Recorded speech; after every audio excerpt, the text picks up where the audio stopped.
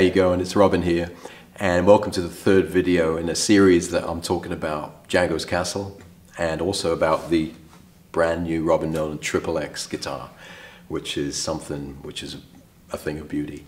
And remember, in video 1 we looked at the basic chord sequence to Django's Castle, otherwise known as Man Moi de Marev, and I showed you the simple chords. And then we looked at some ideas which can kind of add some more lush kind of sounds and more colors, which as a rhythm guitarist you want to have all the options possible for each chord type.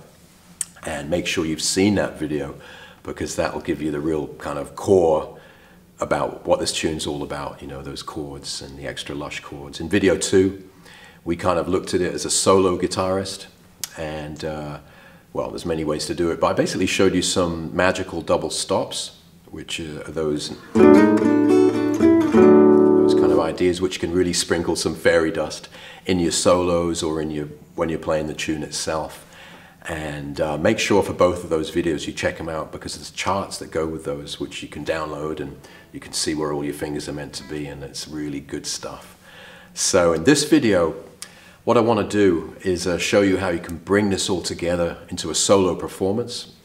So it's like you're sitting at the party and someone says, yeah, play us a tune. You love that Django stuff, what is it? So, and often when we're playing this kind of music, we're either playing the rhythm or we're playing solo, but then it's like, gulp, what do I do when it's just me?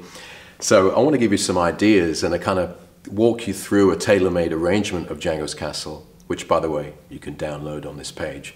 So download that, because there's going to be all the beauty in, you know, glorious detail of where you put your fingers, and show you how I would construct or craft an arrangement of this song. So let's just dive straight in.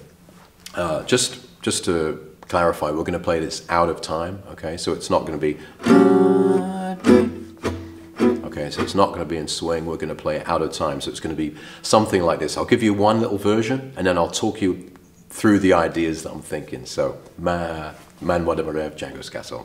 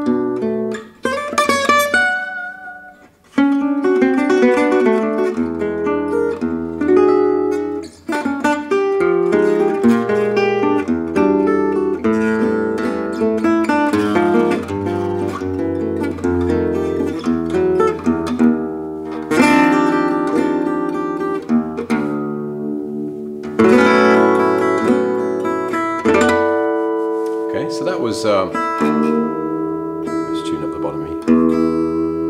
So that's the kind of thing that I would do if I was playing a solo version of Django's Castle. And let's just walk through how I did that. And I think you'll recognize, if you've watched the first video when we looked at the basic chords and then lush chords, and if you looked at video 2 where we did those kind of double stops, those horn fifths, you'll recognize how I've kind of incorporated them into the arrangement. So we start with that. Well, actually, I started this arrangement by that. Remember that chord we looked at in the first video? This is one of the options for the A7.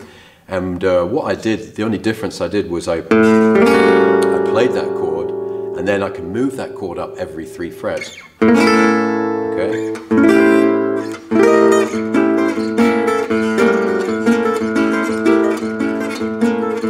And it adds a lot of tension, a lot of drama. You kind of you bounce it off the bottom A, so the A is always kind of ringing, and then you kind of go.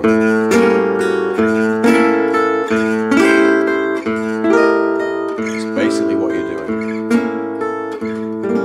Okay, so I'll do that if I was really going to do that, you want to really kind of put a lot of drama and tension. I'll go.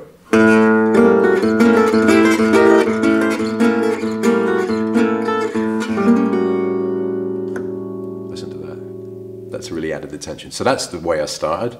And then I go, okay, so there's the first chord, and there's the melody. And then I went, by the way, this chord is kind of sneaky, because I'm playing that D6-9, but hear that open G? Then you've got that, it gives it a slight kind of dissonance, which is something I really like. So if you should try that. So it's D, F sharp, then open G, then you've got that. Okay, so there's the thing. And then remember, I'm either choosing the 1, 6, 2, 5 one, B minor 7, E minor 7, A7, or I'm going the Stockler-Rosenberg way,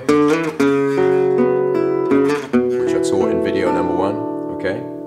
So, here we go from the top.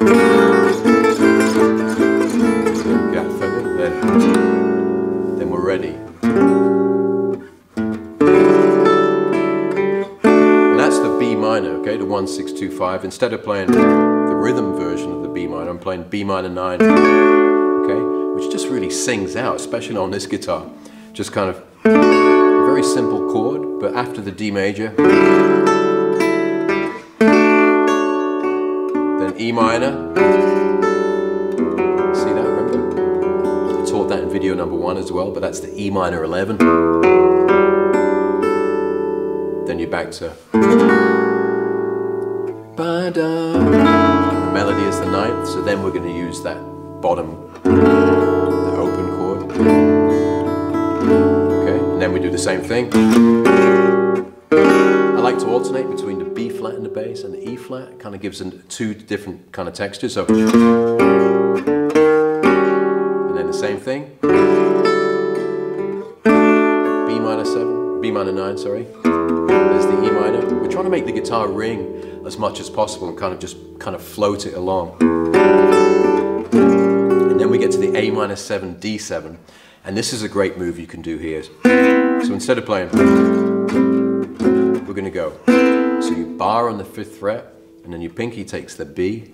That's the 9th fret on a D string. So, right, that's A minor 9. And what you can do is just basically go.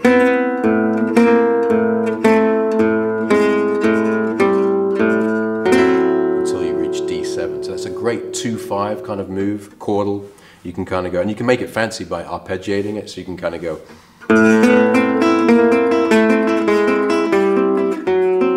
And that's D9, that's F sharp, C and E. Okay, so. And then this chord before the G major is really cool, so that's A flat. It's the tritone substitution from D7. Just a bit of theory. Doesn't mean anything because that's the sound. Okay, there's the melody. Okay, make sure you download the chart. You'll be able to see this chord properly. And then we're at the G major. Remember the Martin Taylor thing?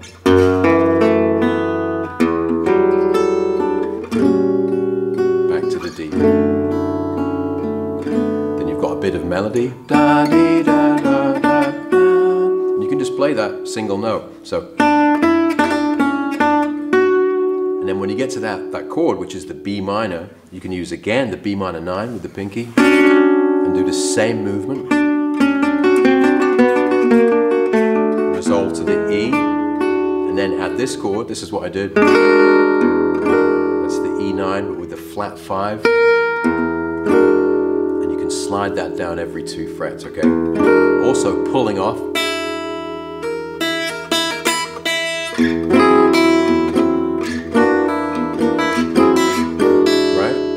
So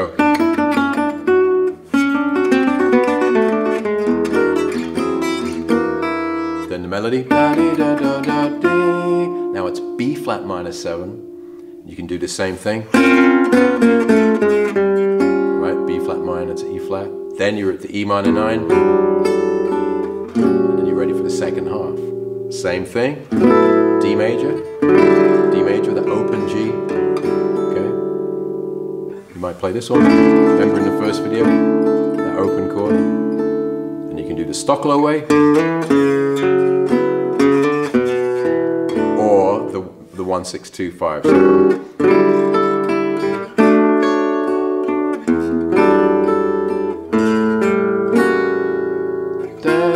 A minor 7. We're always going to do that movement.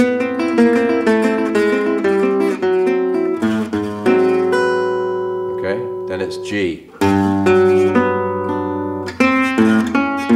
We'll go up this time. Remember the first time we went down? This time we can go up.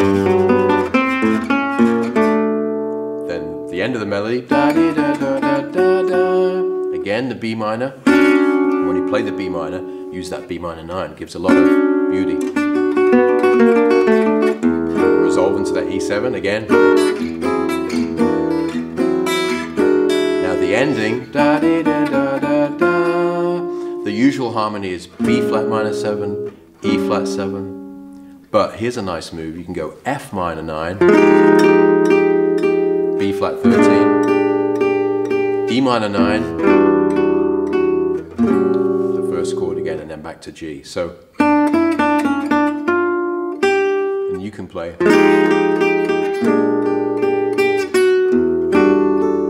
E minor 9, you can play E minor 11.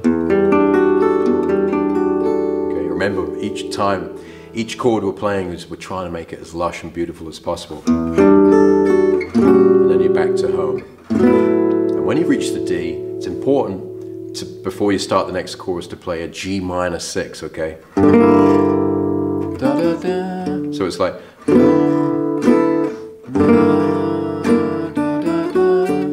so you get home to D major, then you play a G minor 6, that one, this one.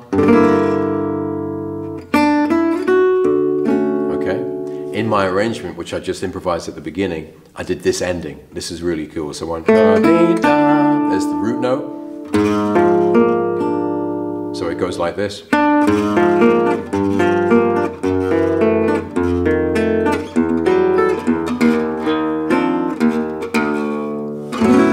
so that's a really great way to end. Let's just have a look at that. So you play the tonic, the D. That's always going to be on top. First you got the... Okay, that's the A flat. Then 3rd fret barred. G minor 7, then this chord, sorry, so F sharp, E, A, D. Okay, make sure you download the chart to see this properly. F13, D still on top there, E minor 9, remember there's the E minor 9 with the open G. Here's the sneaky bit, we go, that's E flat, and then we play an E flat major chord. And when you play that major chord, you could go,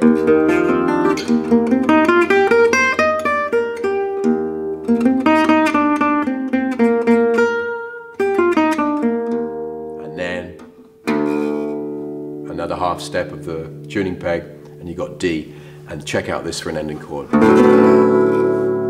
Okay, so open D, open A, 4th fret fretted, F sharp, 4th fret fretted on G string, that's B, C sharp, open E. That sounds beautiful.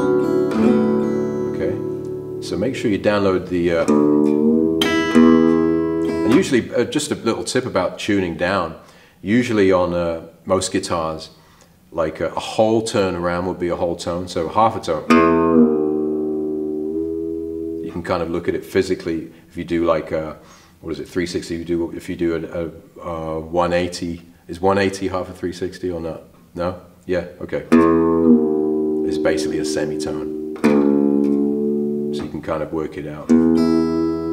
but use your ear, obviously, kind of. But it's roughly how half a turn gets a semitone, a whole turn gets a tone. Okay. So that's how you do it. So let's just recap, all right? So first of all, I improvised the kind of ideas I would use in a solo performance of Django's Castle. And then I walked you through each step of the way and the chords that I was using to do that. And the idea for you is to not copy my performance of it, but take the ideas that I've taught you for each chord bit and then play it in your own way, so your own feel and other things that you might bring to it. So make sure you download the chart, because it's got all this written out nice and clearly. And then just, you know, and if the whole thing is too kind of much, don't worry about it. Just grab the first bit or that one bit that you like, you know, that you know, it's what I do all the time. When I listen to guitarists, I don't learn everything they play in one piece. I just take a bit which I really like. And as Dizzy Gillespie said, if you can hear it, you can have it. So there's some really cool ideas which is going to get a beautiful performance of Django's Castle for you. And I think you'll really have a lot of fun, a lot of satisfaction doing that. Let's talk about this guitar. I'm loving playing this guitar. It's the Nolan XXX signature model. And in the next video, I'm going to come back with some really exciting information to let you know how you can actually own one of these beautiful instruments. We've got a limited edition, and Eddie Polak would love to make you one too. And I'll tell you more about the words and the way it's constructed, but you know, just look at that headstock, for example. Just looks so soft and nice. It's got my initials there. It's got the XXX, all right? So that's beautiful. It's light as a feather. It rings. It's always the loudest guitar in the room. It's just a beauty. You know, it's got those. Guitar players often refer to the tone of a guitar as barking, and a lot of people have said that about that guitar when they've played it or when they've heard it. It really barks. It growls down low, and it's a real beauty. And I'd love for you to own one of these too. So that's it. Stay inspired like always. Review the 3 videos, okay? Remember, there's 3 videos: the rhythm, soloing, those double stops, and then the solo performance of Django's Castle. And I think you can learn a lot there and really kind of get out there and use it, all right? So stay inspired like always. The video's coming soon, okay? So I'm going to tell you how you can own one of these. And stay inspired like always. Thanks for watching. Cheers.